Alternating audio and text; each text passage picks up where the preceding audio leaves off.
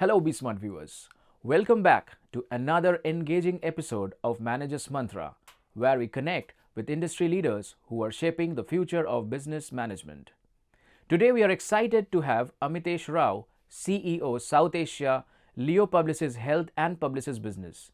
An alumnus of IIM Bangalore, Amitesh comes with more than 25 years of leadership experience across advertising, marketing, and technology, entrepreneurship in gaming and simulation. Amitesh shares insights on traditional and modern marketing, ethical boundaries of marketing and advertisements, leadership and strategic thinking. His career suggestions are priceless for the next batch of leaders. Without waiting further, let's jump right into this insightful discussion. Hi, Amitesh. Firstly, a very good morning from our side, and we are really glad and pleased to have you in this new session of Managers Mantra. I am very sure that our viewers will just love this session, and there will be a lot of learning for them in this session. Good morning, Abhishek. Lovely to be here. Thank you for having me. Okay. Uh, Thank you so much, Amitesh, once again. So, let us just start discussing the questions. My first question to you will be, I was very curious to, just check your profile. I was going through your LinkedIn profile and I saw a very good statement that said that, that winning strategies today are predicated on stretching the boundaries of orthodox marketing and strategic thinking. Do you just mean to say that, orthodox marketing is therefore no longer relevant in deciding your dominance today? And or is there a way we can strike a balance between orthodox marketing and modern marketing? No, I mean, great question. I think there is always a role for orthodox thinking. And actually, orthodox may be the wrong word, but there are some fundamentals and principles. Whether it's business or life or value systems or friendships, it applies across the board. There are some fundamental value systems and thought processes and principles that will always hold true. They are eternal. I think the point I'm trying to make is that you can't operate in boxes anymore. There are no fixed frameworks. There are no, well-trodden paths that you can simply follow and expect success. You have to push the boundaries. You have to experiment. You have to innovate in your thinking, in your processes, in your execution, in the way you approach problems, and even in the way you approach life. We live in a incredibly transformational world, right? I mean, this is, you don't need me to tell you this. Everything around us is changing. There is incredible pace of transformation in society, in culture, in engineering, in biology, in technology, in every field of our life, perhaps more than humanity has ever seen before. We are in that phase right now as you and I are speaking. And to be able to work in that environment, you have to push the boundaries. You cannot expect to read something in a book and deliver success with you. A book, theoretical structures, fundamental principles, they're great, but they are starting points. And I think that's my belief system, and I think that's an important formula for success in the world today. So very rightly, you pointed out that, we are seeing a lot of transformation. And when we say about transformation, there's also a huge shift in the way advertisements are put on. Today, we see ads refer to or mimic, a rival's ad, and even respond to other brands' campaigns by hijacking it. So is this a kind of new normal in modern marketing? And, are the ethical boundaries in marketing getting narrowed? I mean, what are the ethical boundaries of creativity in advertising that young MBAs joining the industry should be aware of? It's a very interesting and a deep question, but also a simple one in some ways, right? Look, the actually the first part of what you talked about is relatively simpler. Um, Brands have been feeding off each other and responding to each other to create conversation and to get mind space and to say something meaningful to people for a long time. This is not a new thing. Do you guys remember nothing official about it? I don't know. It was 25 years ago, right? One of the classic beautiful ad campaigns that this country so loved. Nothing official about it also was, hey, you are official, we are not, and we are cool, right? So this is not new. Firstly, it is something that many categories and many brands have seen for a long time. Avis globally has a fabulous ad campaign, I think way back in the 60s, Avis car rentals that said, we are number two, so we try harder. Now that's also, something that feeds off what a competitor is doing. But I think the real question you're asking is not that. The real question you're asking is what are the boundaries of advertising, where in which ethics play a role, in which responsibility plays a role, in which meaning and purpose plays a role, and these are good questions. These are important questions. I think we're in a consumer economy which in some ways is defined by doom scrolling. I saw a study recently that an average consumer sees 700 pieces of content a day and spends an average of 1.4 seconds on each piece of content, right? Though you're just scrolling through content a lot. And so it's no longer, hey, I'm going to watch 5 ads in one day or 2 ads in one day when I was watching Chitrahar 25 years ago. And today is just a flood of content. In that environment, a brand yet has to find a way to get through to people who it wants to engage with, to convey a meaning, to convey a purpose, and to convey a marketing message that helps it not just connect at an emotive level and resonate, but also to be a part of that person's life. So that person eventually goes and buys into the brand and buys the brand. So that's tough. That's tough because the way to do that now has changed a lot. I think some brands, sometimes lose their way by believing that in this kind of an environment, the only thing that matters is eyeballs. I need to catch attention. I need to be disruptive. I need to say something that will immediately force people to take notice of what I'm saying. That is necessary, but it's not sufficient. I think great brands, the biggest brands in the world, the brands that all of us look up to as icons of branding and marketing, they are brands that find ways to convey what they stand for, what they are about, what their beliefs are, what their meaning is, and therefore what they mean to the person engaging with that brand, the consumer. And doing that in this attention deficit economy that we live in is what modern marketing and branding challenges are primarily construed of. So you have to do that. Yes, you have to hold attention. Yes, you have to cut through an insane amount of clutter and a lot of content to be able to get to your consumer. But at the same time, you have to do it within the framework of who you are, what you stand for, what your meaning is, why you exist in this world. To me, that is ethics. Ethics is not a legal framework. It's not necessarily a do's and don'ts framework. If you are true to yourself, if you are authentic about who you are as a brand, and find ways to convey that to people to whom it matters, you are being ethical. And I think that to me is one of the most fundamental tenets and principles of branding. Be true to who you are, and people will like you for who you are. You try to be fake, you try to be unnecessarily noisy, you try to be disruptive for the sake of it. Those things, people see through that very fast. You'll get 2 weeks of eyeballs, and then you'll be gone from the people's memory equally fast. Talking about advertisements and how it is viewed today, a lot has changed. Gone are the yesteryears when we used to look at advertisements in the print and the newspapers or in televisions.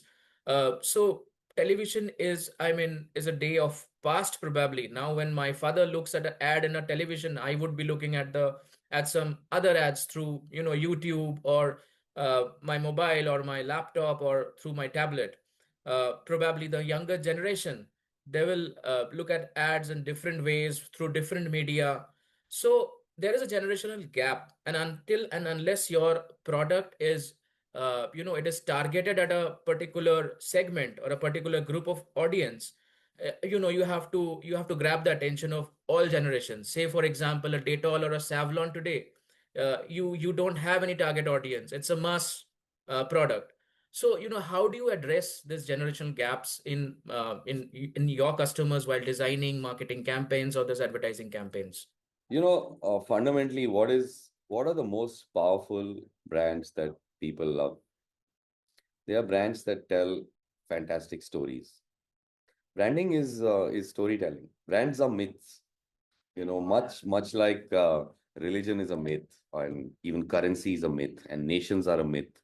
Humanity Humanity is held together by myths and stories.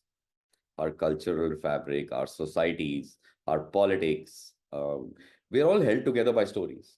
And fundamentally, in fact, that's what differentiates human beings from most other animals on Earth, right? Our ability to tell stories and to be united by stories. It's not different for a brand. A brand is a myth and a story. Um, yes, now there are some myths and some stories that appeal to some kinds of people and not to others. So kids love Chacha Chaudhary, and someone else loves Freud, and someone, so there's different kinds of literature that appeals to different people, but the fundamental archetype of storytelling does not change. And I think if brands work within that very very helicopter level guiding principle, that's the way to build a powerful brand. It's not about television or medium or digital, and yes, a lot of the marketing world does talk about it. Yes, television has lost the dominance that it once had, but it's not dead, by the way. As an aside, this is not central to the conversation and the question you're asking me, but television continues to have a role to play. It's just that it's no longer the dominant role. It's no longer the only way to reach people with your stories. uh, the medium is actually secondary. The art of how to tell a story across mediums has changed, and that's what is different now, and that's what today's branding marketing people experts are really dealing with. What has not changed is that you need to have a story that's interesting. Now, where does that story come from? There's a lot of science, a lot of rigor, a lot of thinking that goes into identifying what this brand's myth and story is. Sometimes that's called strategy. So a large part of strategy is developing the meaning system of a brand, what it fundamentally is rooted in. And it's connected to many things. It's connected to the philosophy of the company it comes from. It's connected to the product and what the product delivers. It's connected to the pricing. It's connected to the marketplace. It's connected to consumer insight. There are many, many data points that come into defining what the intrinsic meaning system of a brand is. But that has not changed. What we are figuring out how to do, and I say this consciously because I think all marketers and all branding people are still figuring it out. There is no, okay, this is exactly the way to do it. I know how to do it. Let's go and do it. We are learning this because the pace of change around us is so rapid and so fluid and so everyday that we are learning how to tell stories and put messages across in a very disaggregated world. Uh, you know, eh, we are human beings. I saw somewhere someone define humanity today as having the intelligence of a supercomputer, but the attention span of a goldfish. Right now, those are the people you're telling stories to, because that's what many of us are defined by. We not only our innate human intelligence, but our super intelligence now with AI and technology and the multiple data sources that feed into us. We've become more intelligent and informed than we ever were, but our attention spans have gone to nothing. 1.5 seconds and we're on the next piece of content. That's pretty much it, right? So how do you tell a story in that framework? There are multiple ways and multiple tools that we deploy. Some of it is art, some of it is science and technology. I think tech plays a very very key role in understanding how to reach people at the right time in the right frame of mind, saying the things that that person wants to listen to at that point of time, and saying it in a way that you can actually stitch a story across 200 pieces of 1.5 second content, and sometimes a 3 hour podcast, and sometimes a 2 hour concert, and sometimes a web series, and all the forms of content that we consume. uh, we have to tell that story that stretches across all of this. That's really, if a brand knows how to do that, that brand is going to live forever. Not no brand knows how to do it perfectly well. Some do it better than others, and we're all figuring it out as we speak. So now that you have also brought into strategy into picture very rightly, I can't hold back from asking you about something more on strategic thinking. And it would be very interesting to know that can today's B schools, or can an IM Bangalore classroom teach strategic thinking to the students? What lessons from your MBA helped you reach today where you are today? Well, personally speaking, I did an MBA in a very different era, in a very different time, and I think the model of education, the curriculum, the formats, a lot has changed since then. But I believe some fundamentals are unlikely to have changed. You know what I learned from an MBA? Yes, I learned there was a lot of information, there were a lot of tools, there was a lot of theory and frameworks, there was information, there was knowledge, and you pick up all of these when you do an MBA. But to me, the biggest thing that I picked up and I learned over those 2 years was frameworks and structures. I walked in to do my MBA as a young man with a very alive mind, with millions of thoughts buzzing through it all the time, with ambitions and dreams and desires, with some amount of creativity, with some amount of intelligence, with some amount of knowledge and some amount of stupidity, and all of this, in one young mind. But what those 2 years, the biggest thing I learned from those 2 years was how to frame all of that, how to funnel it, how to structure it, how to give it shape so that I can harness it to do whatever I want to do in whatever field I want to go. I think MBAs teach you frameworks. They teach you how to be more efficient, be more productive, be more rich and insightful in the way you use your mind and the knowledge that you gain within structures. I think that was an important learning. And I think the other thing that, an MBA kind of environment was invaluable for me personally was, we're in a very competitive world, extremely competitive world. And I say that in a good way, not in a negative way. I think competition is very healthy for people, if it is healthy competition, and if you as a human being know how to deal with competition and feed off it and thrive on it rather than think of it as negative or toxic. For me personally, I'm a competitive person, and I do enjoy healthy competition. And a life in a B school is very competitive, incredibly competitive. And I think it teaches you a life lesson and not just what you read in the books and on whiteboards and what your professors teach you. It teaches you that, it humbles you because you are around 200 other incredibly smart people. They're all smarter than you, right? And it teaches you how to compete in that environment in a healthy way.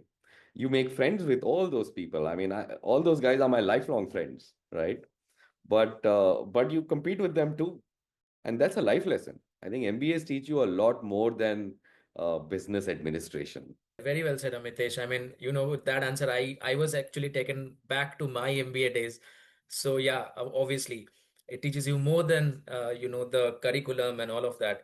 Uh, Also, Amitesh, it would be it would be nice to discuss on leadership. You have been in a leadership role for years now, and do you think that for you also there has been a transition in your leadership style? And do you think for current CEOs, there is also a change in leadership style for them when you compare it with the older ones?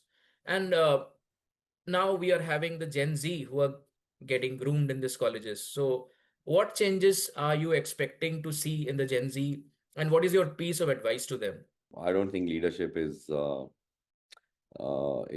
something that you one fine day you know. It doesn't work like that.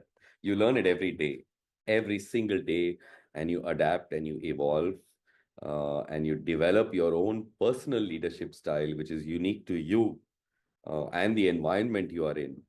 So there, it's not. There's no formula to it, and there's no, you can't do a course in it and come out and say now I'm a leader and that's it. It doesn't work like that.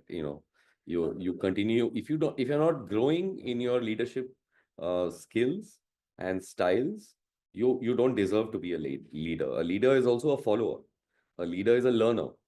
A leader is many things other than just, quote unquote leading. And I think there are many leadership styles, and many of them work. It's not like I said, it's not like there's only one working style. I think styles are also defined by your intrinsic personality type, is what your value systems are, how you are as a human being. So, I think leadership styles are also defined by your intrinsic personality type, is what your value systems are, how you are as a human being. So, I think leadership styles are also defined by your intrinsic personality type, is what your value systems are, how you are as a human being. but also equally by what environment are you in? What kind of team are you leading? What kind of organization? What are the value systems that the organization believes in, which you are leading? Team, organization, whatever that unit may be, and you must adapt to that as well. So it's quite adaptive. Uh, I do think though that leadership is a lot increasingly, especially in the world that we are finding ourselves in today. The way young people have shaped up and their thought processes have evolved and changed. This much misunderstood generation called Gen Z, and how they think, and how modern organizational models have evolved and developed. I think people are an essential aspect of leadership. Leadership is not just about technical knowledge. It's not just about skill. It's not just about frameworks and information and knowing what your job is very well. It's also about people. I think, in fact, the larger the teams you lead, the more modern the organizations that you lead, the more progressive the brands that you try to build as a leader. It's a lot about people. How well are you able to bring together and work with a very diverse set of people with very different ideologies, different backgrounds, different personality types, different skill sets, different ages, different belief systems? How can you stitch that together as a leader? I think it's a very, very fundamental skill. It's an acquired skill because, like I said, you learn it every day. And I think going forward, the classical archetype of a successful CEO, at least one of the archetypes of a successful CEO is a sociopath, literally, right? Is very ruthless, very cut and dried, very professional, sociopath, goal-oriented, focused. Some of those qualities are essential, but I think what is becoming more and more essential is a leadership style that also demonstrates empathy, that demonstrates humility, that demonstrates compassion, human values. And I think leaders who are able to bring those human values, which sometimes the world has not seen as leadership traits, but is starting to recognize, and younger people want those traits from leaders. People who are able to bring those together with an extremely incisive and sharp decision-making ability, understanding of business, understanding of finance and models and technical knowledge. Bringing those together is what I think defines the best leaders of today and going forward. As you know, a lot of our viewers, are the ones who would be aspiring to get into marketing and advertising after getting out from their B schools. It would be, they would be very curious to know that what are the most lucrative jobs available today in marketing and advertising, and what are the qualities or skill sets you search for while hiring MBAs for these roles. I search for curiosity more than anything else. That's the number one for me, and particularly in this business, right? I search for curiosity.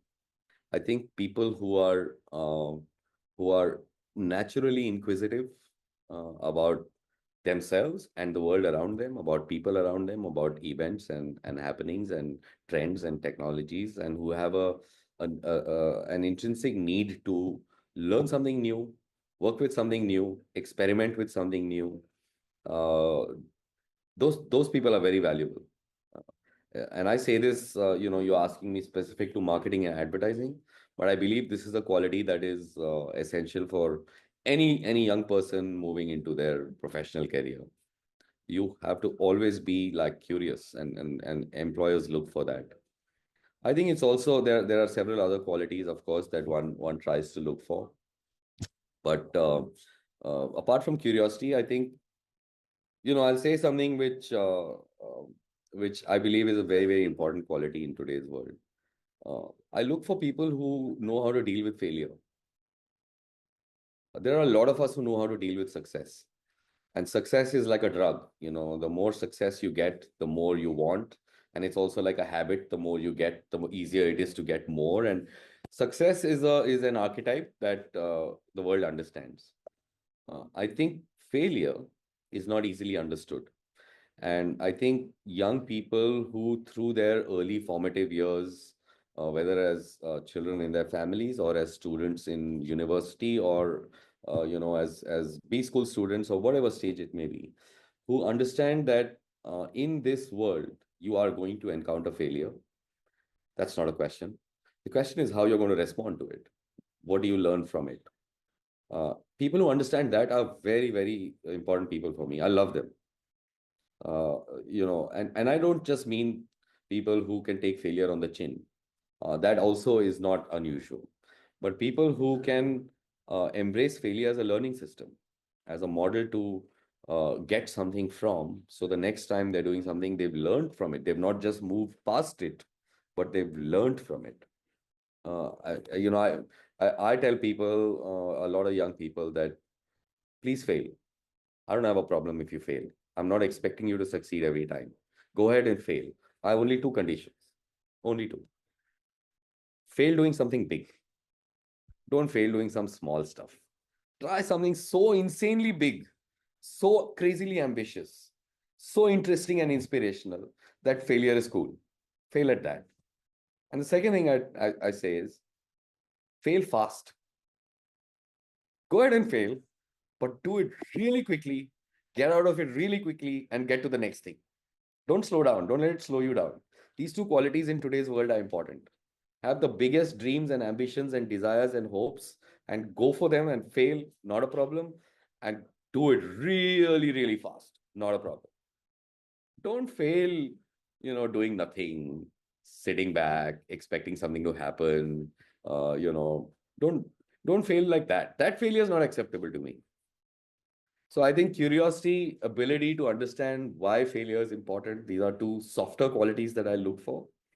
Of course, one looks for look in someone very young coming out of university.